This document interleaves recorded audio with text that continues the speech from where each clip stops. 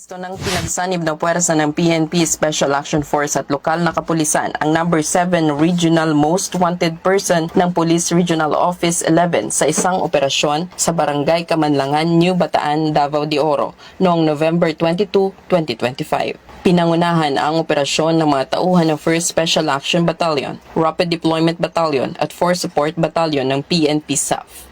Katuwang ang New Bataan Municipal Police Station, Davao de Oro Provincial Police Office at CIDG Davao de Oro Provincial Field Unit.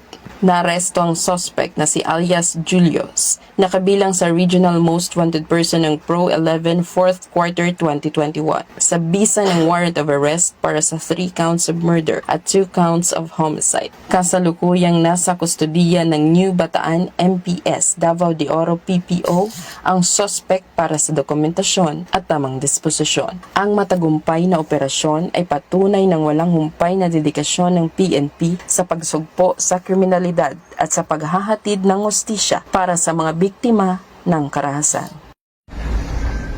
At mula dito sa Fort Santo Domingo, Santa Rosa City, Laguna, ang tahanan ng inyong tagaligtas.